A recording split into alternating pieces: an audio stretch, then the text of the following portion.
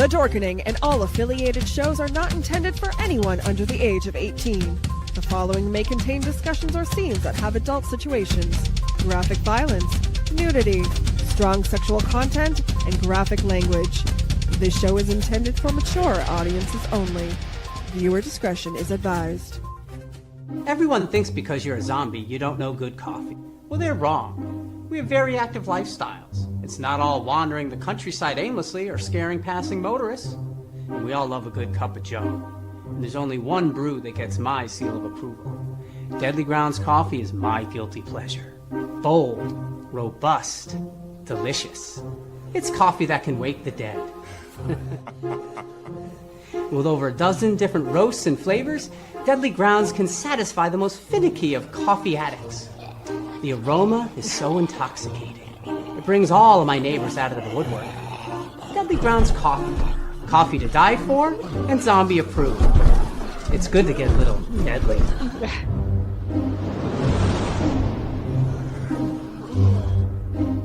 Use the front door!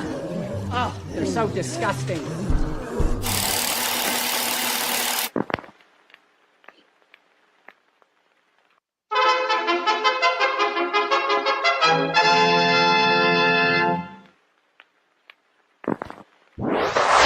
Persons under 18 will not be admitted.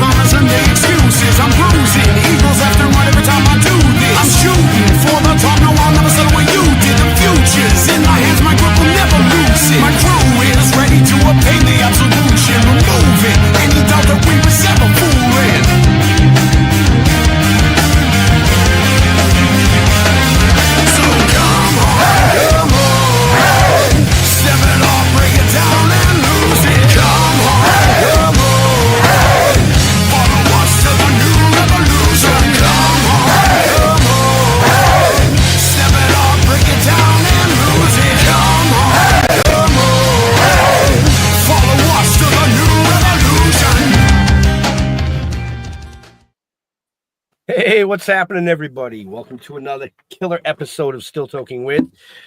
Yeah, I'm me. You know who I am. I'm super excited. You made the background for me, bro. All right. Glow sticks. Listen, I am super excited about tonight's episode. Our guest tonight basically could be on any month because she's been involved with just about everything. And I say any month because every month has its own little backgrounds, you know. She could, I mean, I'm not even going to, we just got way too much to talk about tonight. So I'm just going to leave it right there. And as always, the man that brings the flash to flashy, Mr. Jeffrey Mark. Good evening, everybody. And how are you this evening, sir? Sparkly, and I can't wait to talk to our guest. Right. Should we bring in the other guy? Yeah, bring in some handsomeness. We need it. Oh, well, we should have got another handsome guy then. Bring Jeffrey. We want Jeff. Jeffrey. Hey. How's everybody doing out there? It's Wednesday, right? I'm starting to lose track of the days. Yeah, it is Wednesday. It is Wednesday. It was supposed to get some of that white stuff. I know Jeffrey likes white stuff. Yeah, that's what they're saying, man. I don't know what the new totals are, but yeah, I don't know. I just know that my wife shoveled the driveway the last time and left balls all over the place. So now they're going to be frozen. So I'm going to break my wrist when I have to go shovel. I'm looking forward to that. Well, That's because we weren't around. You know? You No, couldn't shovel. no. You You couldn't know, shovel. I'll give a quick shout out to Expo Canada. What a great weekend. Thank you very much. Right. They did a fantastic job. It was busy, busy, busy. Busy, busy, busy, as they say. So let's get on with the show. I don't even know how to introduce this fabulous woman. You know, Just I've never introduce- I've never even seen one of those shows. Do you realize that? I'm I've 62 seen- years old, and I've Oh, never she's seen. shaking her head at you. I know Oh, she is. I've you I've just well, ended up on the the crap problem list. the problem is let's bring her in. Jennifer Jones, welcome to the show. Hi, guys. Nice Hi. to be here. And I want to elaborate a little bit on that because I don't go to the cities. I don't like Yeah, cities. That's Period. true. Well, they did have So- touring companies for a little bit, so maybe you were able to get out in the early 90s maybe to see a show. No, the only thing I ever seen like that was when I was a kid and watching the girls jump off the docks. The synchronized swimmers. Mm, Is that it? Yeah. That's it. That's it. Yeah. So, for our viewers this evening and everybody that's going to be listening to this later on, Jennifer Jones has accomplished more than any of us could even think about. Let's just put it that way. You know, she's an author. She's a doll maker. She has kicked cancer's ass.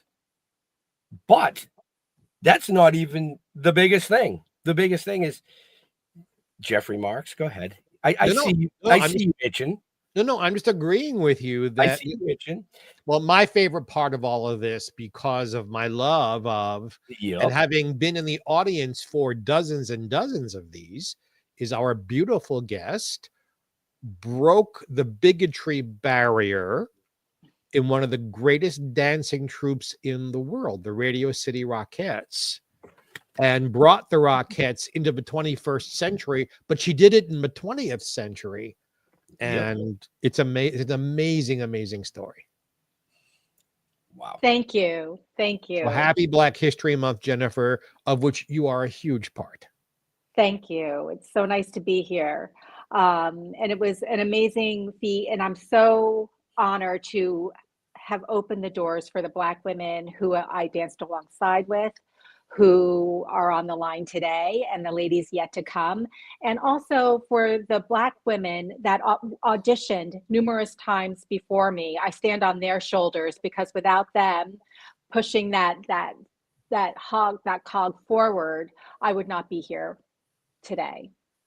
So basically, the Rockettes start in St. Louis, the original Rockettes, and this cracker makes it a rule that there are no, in his words, to be no colored dancers ever. And it took what, a half a century to disintegrate that cracker's ideas into something realistic and positive and wonderful. Is that about right? 62 years, I think, wasn't it? Yeah, it was about 62, 63 years. But to put everything into perspective, also in 1925, no Black person was allowed to dance on the stage with a white person. It was just a rule in the 20s and the 30s. And along the way, we got the Alvin Ailey Dance Theater of Harlem, and we got all of these wonderful Black theater companies. And for years, when Radio City became the home of the Rockettes in 1932, in the 60s and 70s, you would kind of think against the backdrop of New York City and how progressive it is, or everyone thought it was at the time, there would have been a Black dancer. But like you said, Russell Market, the founder, had this notion that having one or two Black women on the line would distort the uniformity of the Rockettes. His perception was to have 36 women dance on the stage at Radio City Music Hall and have it look like one dancer. And having a woman of color, a Black woman on there, would distract. And you would lose the precision, which is the hallmark of the Rockettes. And it took the NAACP years and years of knocking on the door saying, you're not an equal opportunity employer, over and over and over again. And I think my belief is that Radio City kind of got, they got scared, they got tired of the knocking, and they knew it was time to hire a Black dancer. And when I was hired in 1987, I went to the audition, and the audition read ethnic minority encouraged to attend. And I thought I wasn't going to go to the audition because I had no idea who they were at the time.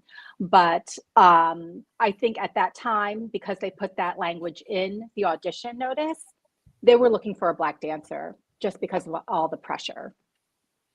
What I find hysterical is when the NAACP challenged them, this is way before you, back in the 60s, and their answers were, well, we put ads in all of the African American Latino newspapers. Yeah, they put ads in papers for people of color, but the ad said people of color can't apply. And somehow that made it all okay. Mm-hmm. Jennifer, your courage, I mean, just should be applauded and snapped at. And Thank you. Nothing in show business is easy. Believe me, I know that. Right. But especially this kind of thing, as if every woman up there was the same white skin color. No two people are the same color. It's just ridiculous. Absolutely. And if one of the ladies were suntanned, if it were in the summer, they would go around with pancake makeup and put it on their legs, because if they were too dark, Russell would pull them from the show. They would not be allowed to perform. So there are stories that are floating around where they would put pancake makeup on their legs and do all sorts of things just to, make the line uniform. Can't we just call this guy Cracker and leave his name out of it? Well, yes, but Okay. However, this has been 100th year, and this is the 100th year that the Rockettes have been around.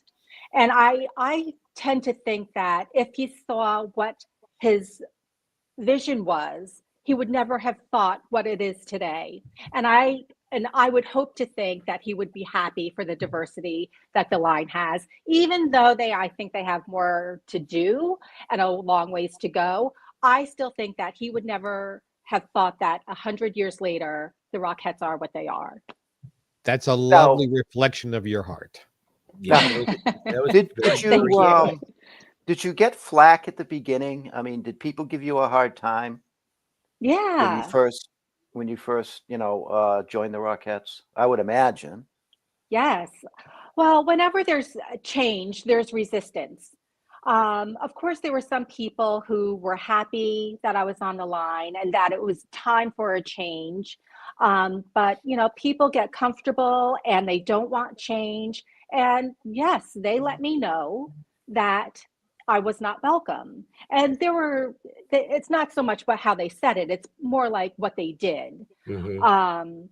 So for instance, the PR person who was working all the PR, and initially when I was hired as the first Black Rockette, they prepped me for the tour that I was going to do in New York City. And one of the things that they said was Violet Holmes, who there was a quote in the New York Times, I believe in 1982 or 93, and she had Russell's viewpoint about one or two Black women on the line would certainly distract. And when I met with her, the PR people said that she was misquoted. And I really didn't know what she said, and I was very young, very naive, very green in the business. This was my first big job. And I thought, I did not know the history of the Rockettes at all.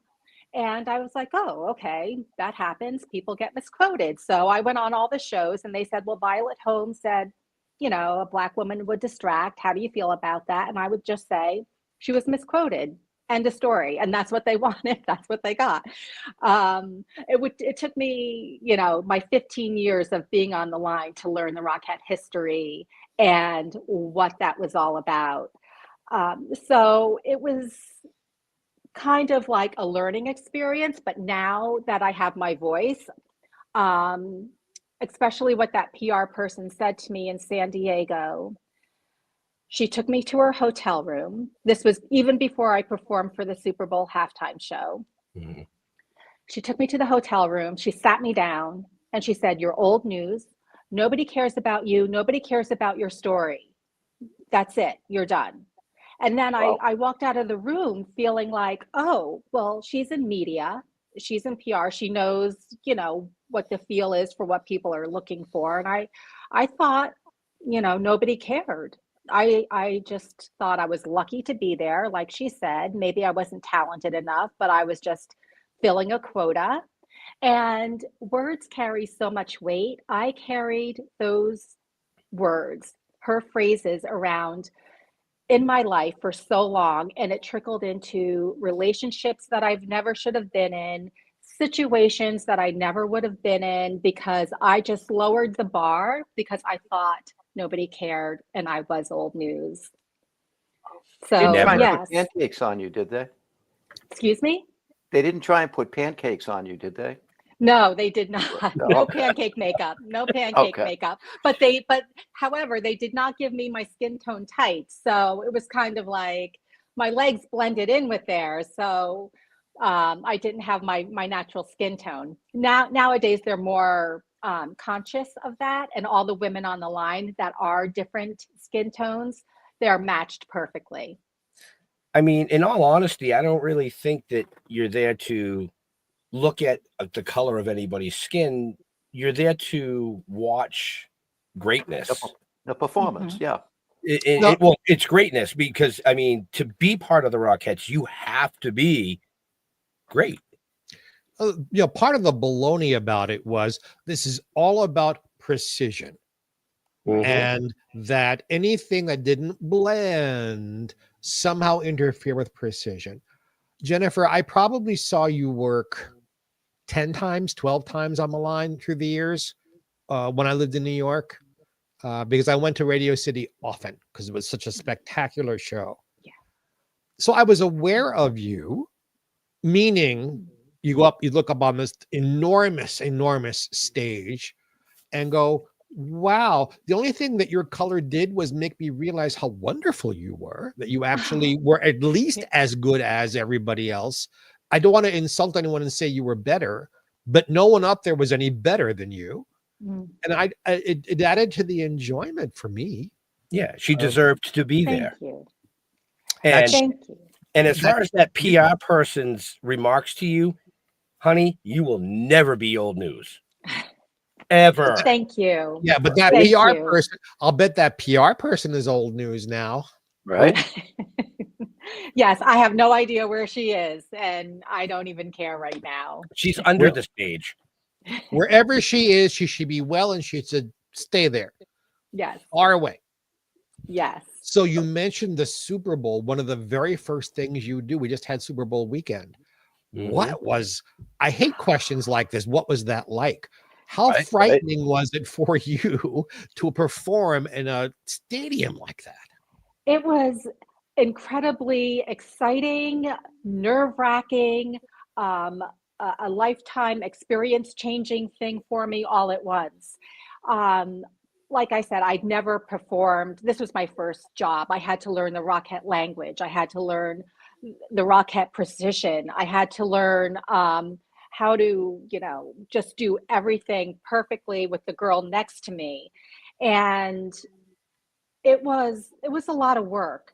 And when I wasn't in the rehearsal hall learning all of that, I was at home in my kitchen, in my living room, and that became my rehearsal space. And then I went back the next day and I did it all over again. So once I got onto the field, after they called 15 minutes to show, 10 minutes to show, 5 minutes to show, and then with all the timeouts and the flags and my nerves were just like on a 10, can we do this already? So once we got out on the field and once the music started and once I got out on the performance stage, I felt at one with the music. It felt like I was supposed to be there. And I think there are certain times in our lives where we are put in a place and we know we are supposed to be there. And I had chills all over my body. I felt at one in the kick line. And then I couldn't wait to do my dance with Chubby Checker. The Rockettes did another dance with Chubby Checker. And I couldn't wait to get back out on the field. And it was just, I was placed there. And I think that was just God putting me there, and that's where I was supposed to be. And it was, I had a wonderful time, no matter what the PR person said. You know, I don't know if everyone watching is aware, but the very first mainstream artists who performed at the Super Bowl were Ella Fitzgerald and Carol Channing, both of whom, in case you don't know, were African American. Mm-hmm. Yes. Yes, I did read that. And what I read was, I think they weren't televised, but I think they were part of the performers before Chubby Checker. This is way back in 1972. This is or 71. Yeah. This is long before you were a little girl, if you were even born yet. So Oh, but bless your heart. so Super Bowl halftime show is relevant to Black history because right from the beginning, African Americans were a part of it. Right. Absolutely. Yes. And I want to just add that Doug Williams was the first Black quarterback to win a Super Bowl in Super Bowl 22 halftime, the Super Bowl 22. So it was like a double historic day, I think. Well, there were a lot Didn't of know that.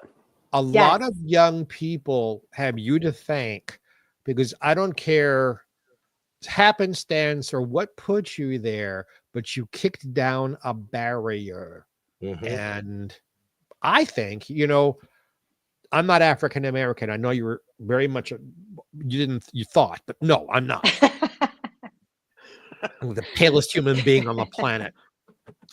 But to people who care whether you're white or not, I'm Jewish and gay, and to them, I'm not white. So it's not the same, but on some levels, I've had to deal with it, and I get it. Well, that's kind of why you fit on this show, because we don't look at that. Yeah. That does not exist in my mind. I was not raised that way. These two very masculine guys, have made me part of their family, and it's wonderful. It's a wonderful family. You know, I mean, I literally was brought up, everybody's created the same. Yeah. You're either a good person or you're not. Mm-hmm. Your skin color does not matter. So, you know, let it be there. The content of the character. And, you know, Jeff, that my girlfriend is Jewish and she's white, and she, you know, has to, you know, go through what you're going through also. So I understand what you're saying. Yeah, it's not the same, but it's similar enough to understand the struggles. Yes. That's why I can call this guy a cracker from the bottom of my heart. Yeah. Yep. Well, I want to say, I mean, you're still very young. You look beautiful, but you are already in the history books, and that's fantastic. Thank you. How long were you a Rockette for, Jennifer? I was a Rockette for 15 years. That's 3 lifetimes for a good dancer. Yep. Especially on the Rockettes, because the precision required. I was a dancer when I was a teenager and a young adult on Broadway and off Broadway. And if the extensions, for those of you that's really kicking your leg all the way up, to do that for 15, 16 years, that's amazing.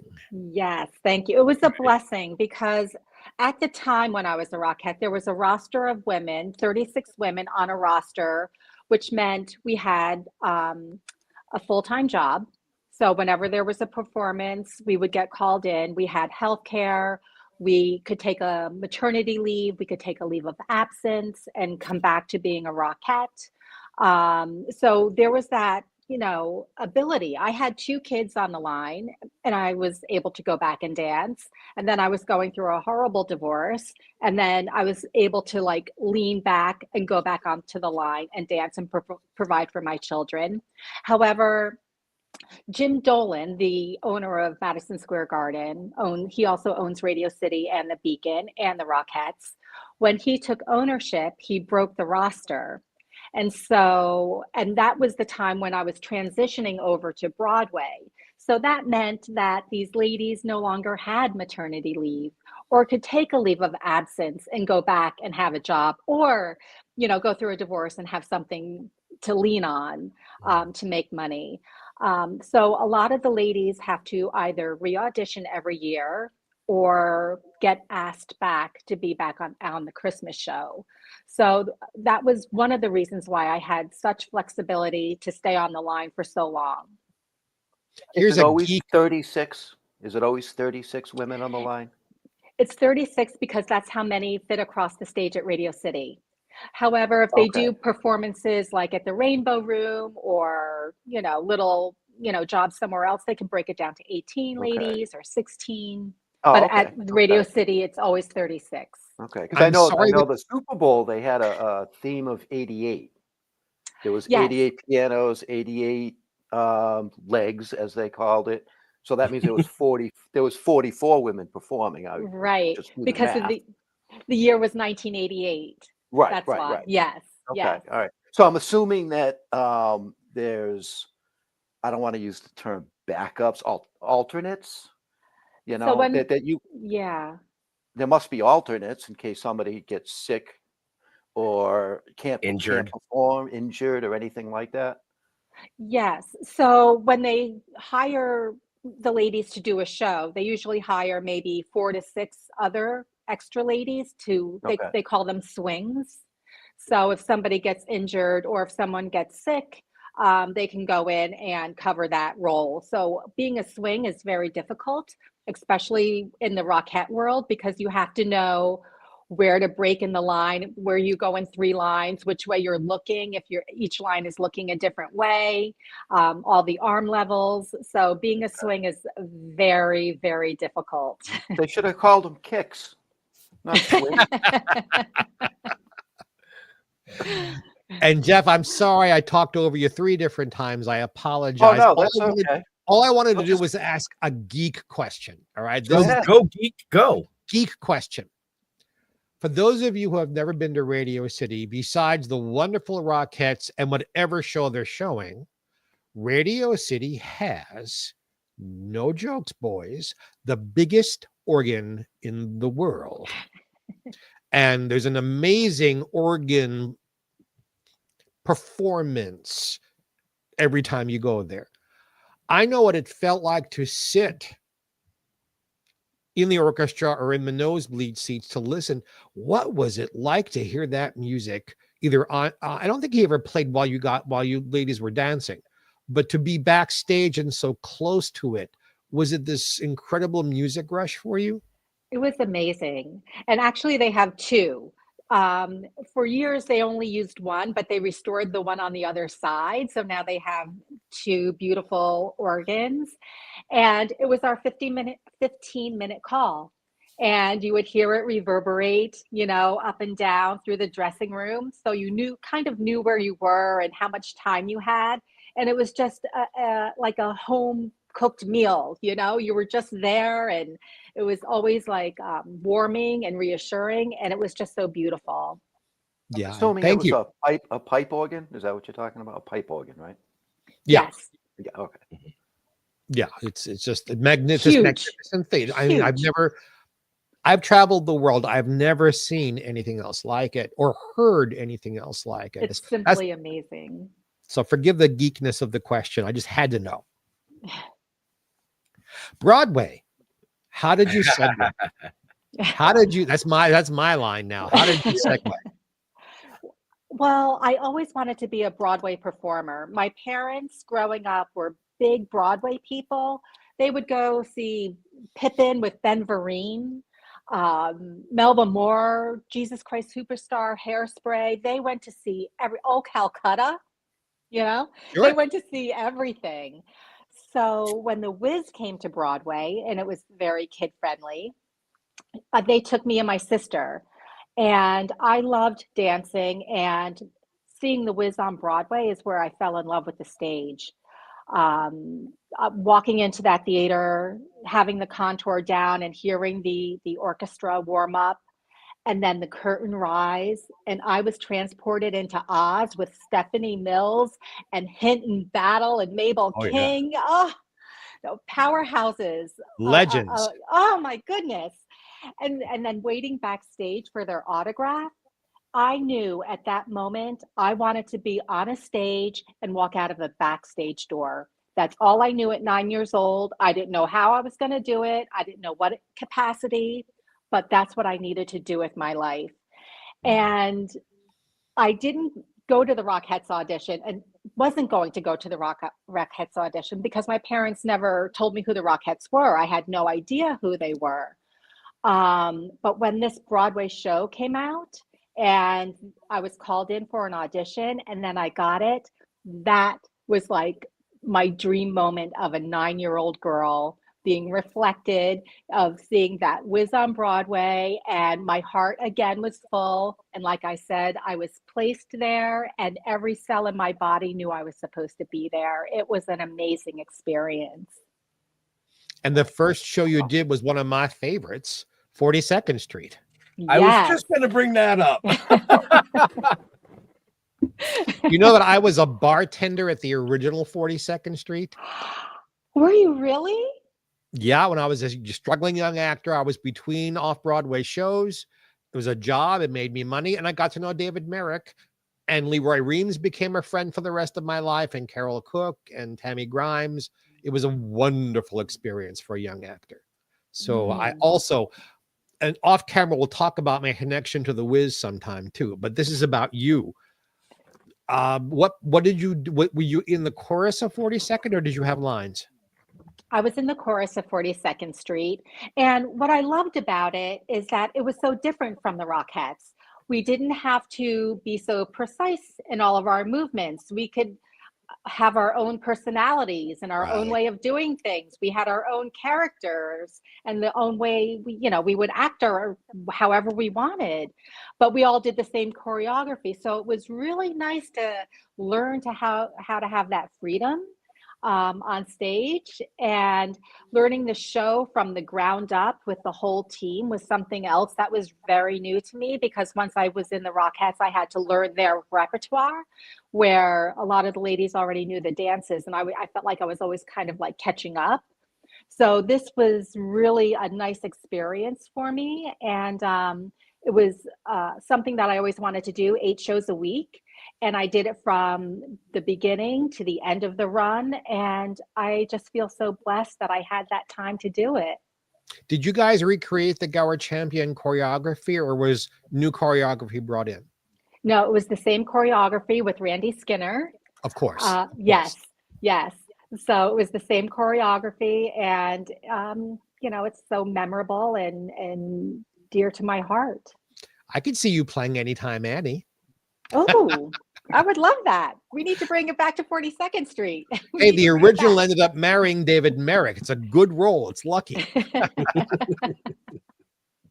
Wow. All right. So I want to know what inspired you to start making dolls.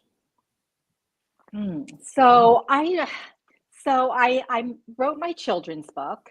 And it was in the process of being printed, and I had some time, and I was just thinking, I was like, I really like to have a doll to go with this book, some kind of physical reminder for a kid. If they can dream it, they can be it, they can do anything they want, something inspirational. So I called Mattel. I sent an email to Mattel and Hasbro. Yeah, you want to do a doll? I didn't hear anything back, of course. So I decided to do it myself. So I connected with a woman who has a doll line, and she's South African, and she decided to help me. And she taught me how to design. She helped me put my vision into production. I told her what I wanted. We went over what I wanted the doll to look like, how her hair was done, her makeup, what I wanted her to wear. And we kind of, got her ready. Then we designed the box, and what did I want the box to say? And there's all inspirational wording around the box. And she's put on a stage, and there's all lights that look like they're coming down on her when the people, whoever buys her, it looks like she's on a stage. And it was just something that I wanted to do. And there have been some sales, so I'm happy about that. But and the children seem happy with it. But I just wanted something to pair it with my book with, and I just wanted it to do it. And if I didn't do it, I would have regretted it. And I don't like to live life with regrets. Right. So I just did it. So real quick, you talked about your children's book, which was titled On the Line, my story of becoming the first African American Rockett. See, I could have said it. It just wouldn't have had the same pizzazz. Just for everybody watching or listening tonight, if you are interested in anything that Jennifer's talking about, make sure you check the show notes up above or down below. All her information is in there. Links to her book, links to her websites.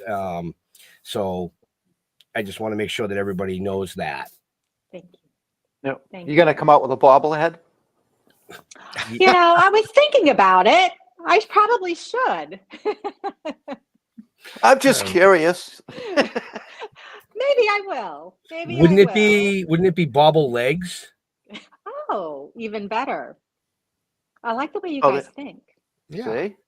I can see that. I mean, the head could turn, but it was the legs that did all the legs.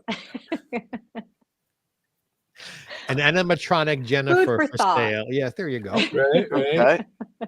Okay, we've talked a lot about your wonderful talent and your great beauty and the barriers you've. So for the most part, this is happy talk, even though the reasons for some of it wasn't so happy.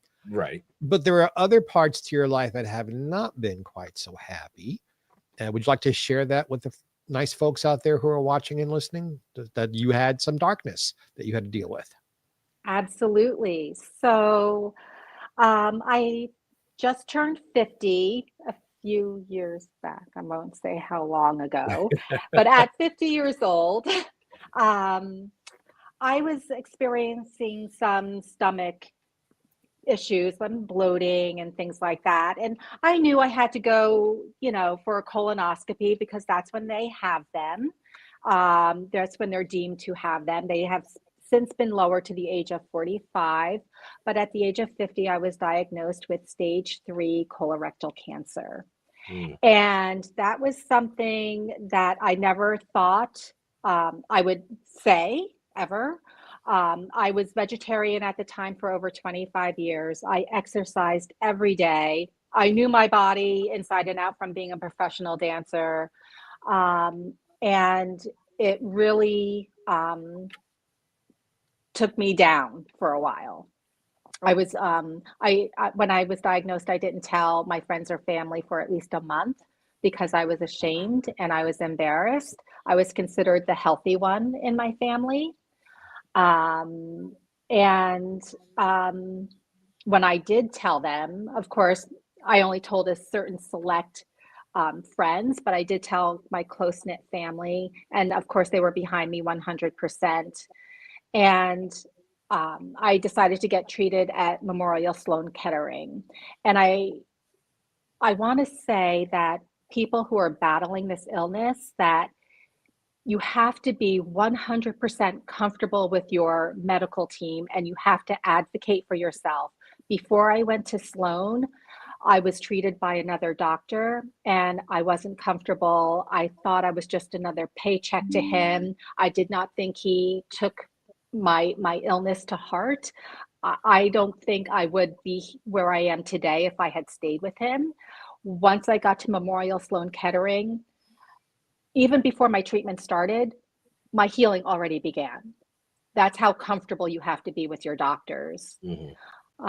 So I did 8 rounds of chemotherapy and I did surgery after that, and they were able to get everything, and I was deemed cancer-free in 2019. Yeah. Thank you. But even just doing the chemotherapy, and even though I was vegetarian throughout my entire process, I did have to change some things. I added more juicing to my diet where I did not have that before, and wheatgrass shots.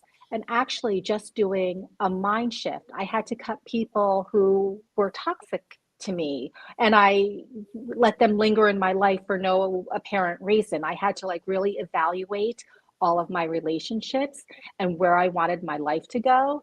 And that is also part of my healing process. And I think that's a big thing that people who are battling illnesses today might have to do. I couldn't agree with you more. Couldn't agree with you more.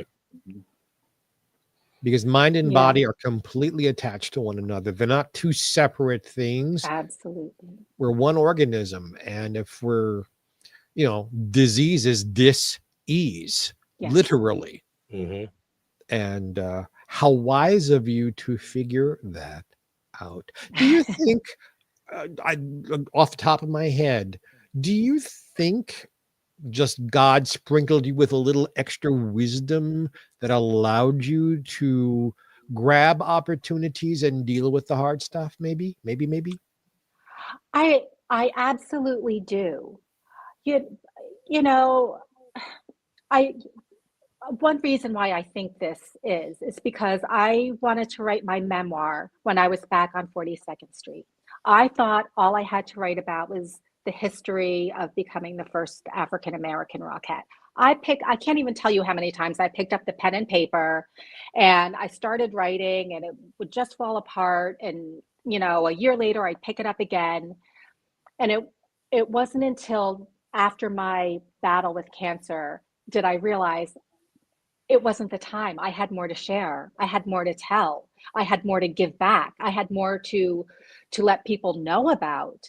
Mm-hmm. So, and that's when everything started falling in place. And that's why everything is happening now. And I think exactly what you said, God did sprinkle me with a little bit more of information and wisdom, just so I had this platform and could give back and let people know and help people through difficult times. Wonderful. Wonderful for you to be courageous enough to share that with perfect strangers because it might help them. Yeah. Absolutely. Well, I mean, Thank you. cancer affects just about every family that there is out there in one form or another. I mean, I lost my father to cancer.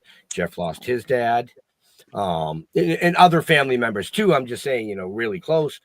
So yeah, to be able to share a story like that, even though we were here for happy times, is heartfelt. So That's what makes life real. Will you be doing any book signings or events where people can come and get your book autographed? Absolutely. They can go to my website. I have events coming up in New Jersey. I'm going to St. Louis towards the end of the month.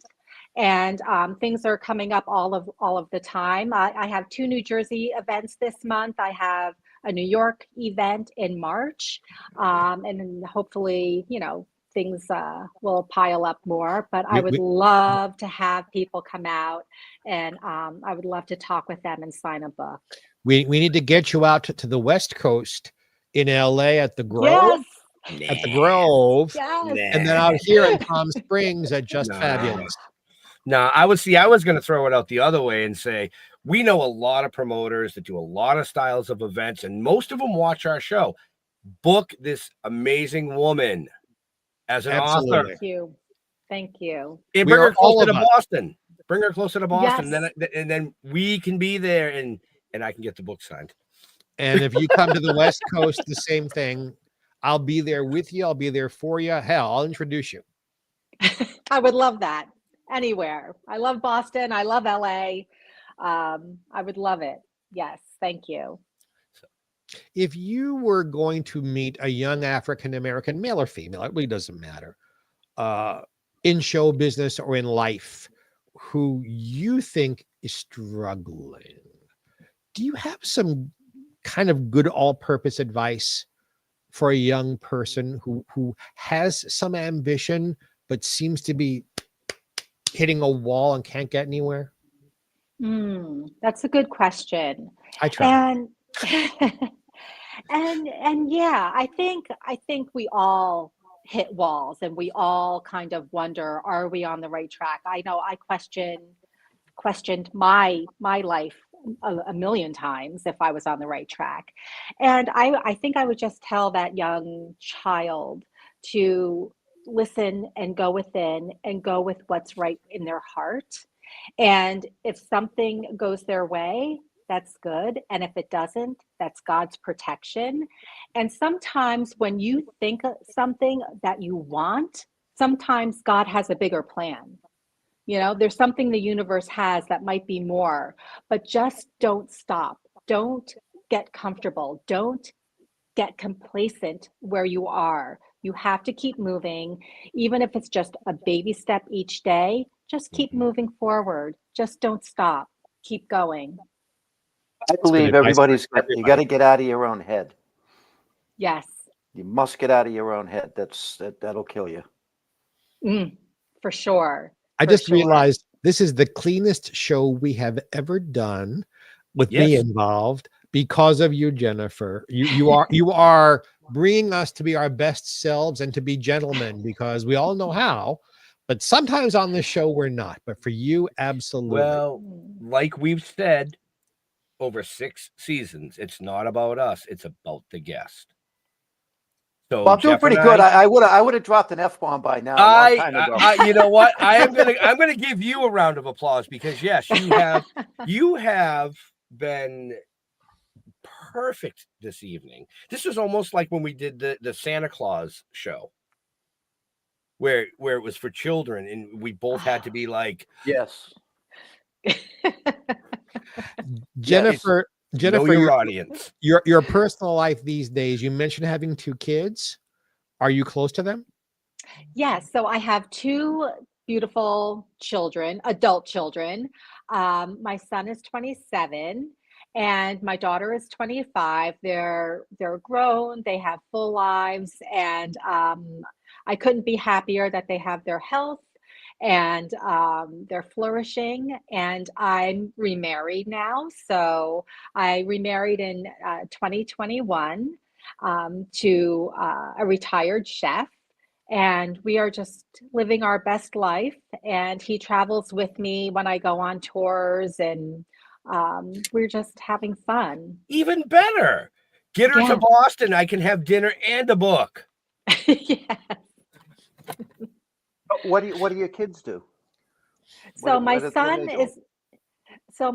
is the manager of 2 cheese shops in Summit, New Jersey, and in Madison, New Jersey. And my daughter works in human resources at Revlon in New York. That's a big deal. Nice. Well, they're both big deals. Yeah. Obviously, I was just you curious. are a good mom. Oh, if you read my memoir, there were times, in their upbringing where I just didn't know if I was doing the right thing. I was going through my divorce at the time. So, I had a lot of doubt going on, but they're doing well. So I hope that I was a good mother. Yeah. Been there. I'm not a mother, but been there. You're a mother, all right. Yeah. Hey, listen, nobody asked you. And I have the power to mute your mic.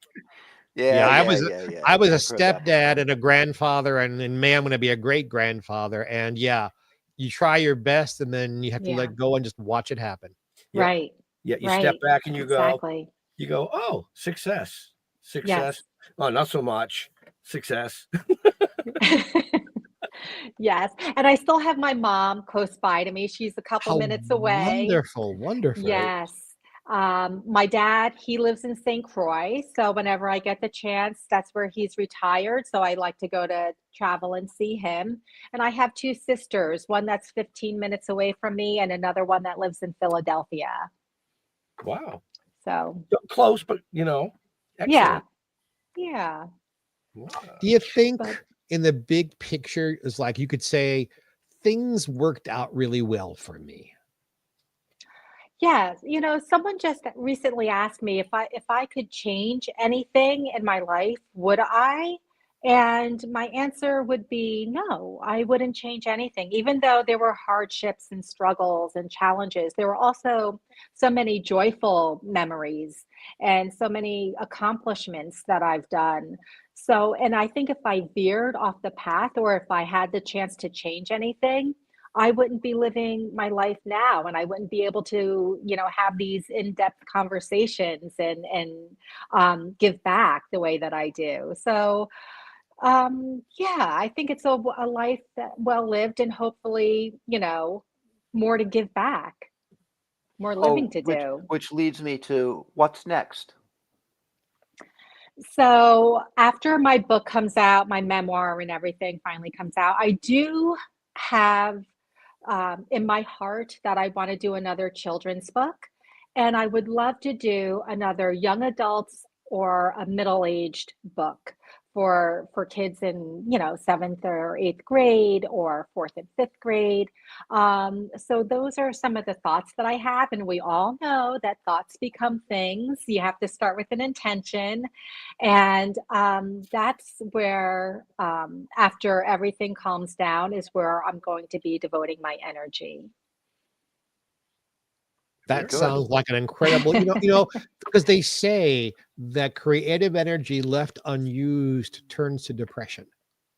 So it's always good to have another project waiting so that your obvious gifted creativeness has a way of coming out and, as it turns out, touching the world. Right. And I do have a secret passion that I would. It's been on my bucket list for years, at least 20 years. I would love to be on Dancing with the Stars. Yeah, talk to me later. Okay. It's a secret passion of mine just to be on that show. I have been on that stage, not as a performer. I can't dance anymore, but yeah, we'll talk. Yes. Oh, I could never dance. Do you dance at No. weddings or parties? No. Nope. I don't dance. Nope.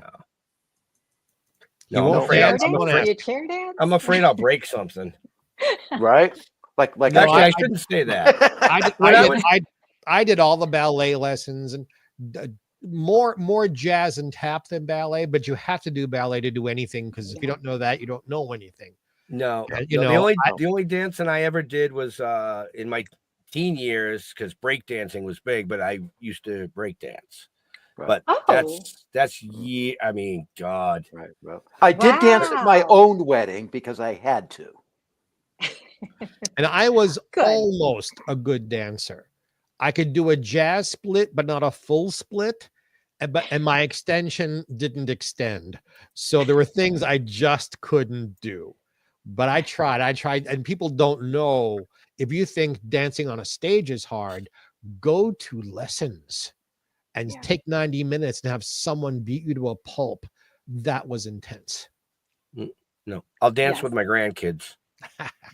More fun that way. That's good. Yeah. What would you like to leave our friends who are watching and listening with, Jennifer? What thoughts would you like to sprinkle out there before our time runs out? Well, I truly believe that everyone on this earth has a story and everyone has a book in them to write. There's always something that I feel that I can learn from someone else. There's always some gem or jewel that's always there, some nugget that I can always pull from or see a different perspective. And I say this in my memoir. We are all diamonds that are pulled out of the muck. A diamond does not come out of a shiny case. A diamond is rubbed down, it's cleaned, and it's shaved, and those are our challenges. And every time there's a challenge, it shines. There's something that shines until we become this beautiful, beautiful gem. And that is all of us. All of us are diamonds. We're just going through the challenges and we're just shining brighter and brighter every day. Speaking of beautiful gems, Ben. Yeah, there she is. Can you say hi? Hi. You're so beautiful. I love your red. Can you say thank you? You're welcome. Good girl. Did you just get home? Yeah. Mwah. Well, it's hard to frown around that, isn't it? Wait a minute, baby. Oh. See, Yeah, I look it is. at myself more like a geode. You got to crack the rock open. Yeah, but either way, there's something good there waiting for you. See? Absolutely. Either way, either way. Are you doing more promotion like shows like ours in the future? Do you have stuff coming up? I do have some podcasts coming up. Everything is listed on my website. So if anyone is interested in tuning in, all the information is right there. For those of the people who are only listening and not looking, could you just like say what your website is so they can find it?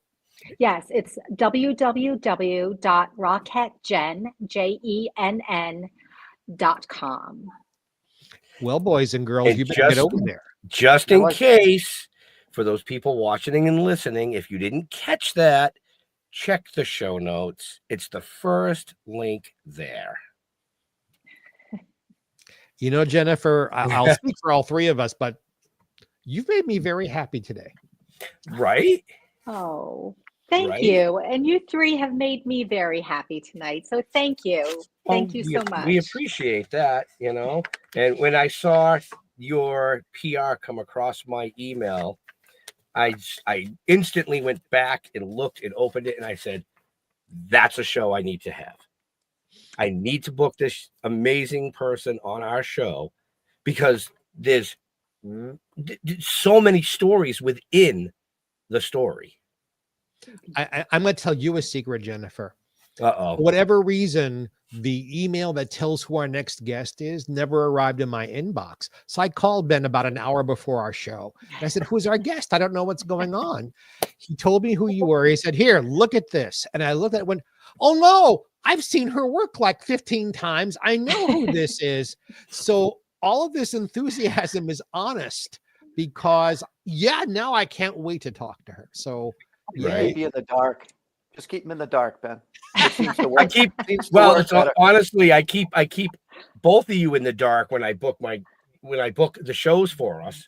I was gonna say my guests, but when I book the guests for our show, I'm usually a month in advance, and then Jeff. I get with the heads up J, because I do the images. I send him all the imaging for 3 shows, but poor Jeffrey Mark just joined the family, so he kind of gets it after the show. And you're going to go, who's next week? What do they do? Oh, send me the stuff. And I go, okay, I send it. Don't but worry." this time I didn't have to do any research because I knew who you were. And like I said, I have been a happy audience member of yours many times. Thank you. And anyone who has not seen the Christmas show should really go. It's really a beautiful sight to see. TV. This isn't on TV. Some Yeah. years it is. Some years there's Yeah. parts of it on TV. It's Right. really, really hard to get him to go into a city. I've known Jeff 38 years.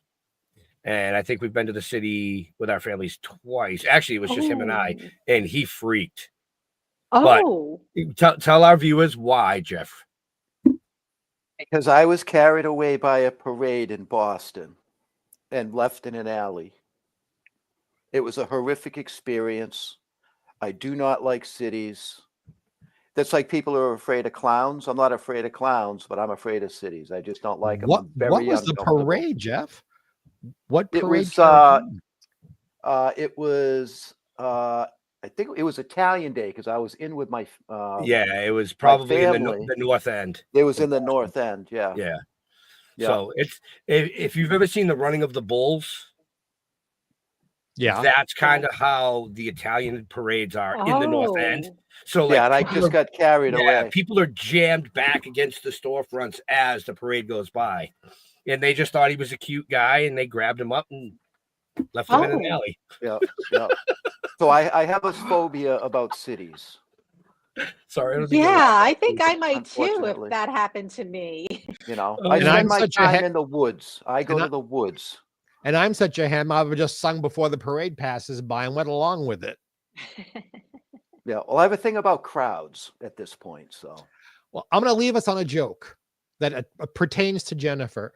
It is from 42nd Street, the show, her Broadway debut, and the character Anytime Annie is referred to that way because she's a girl who only said no once, and that was because she didn't understand the question.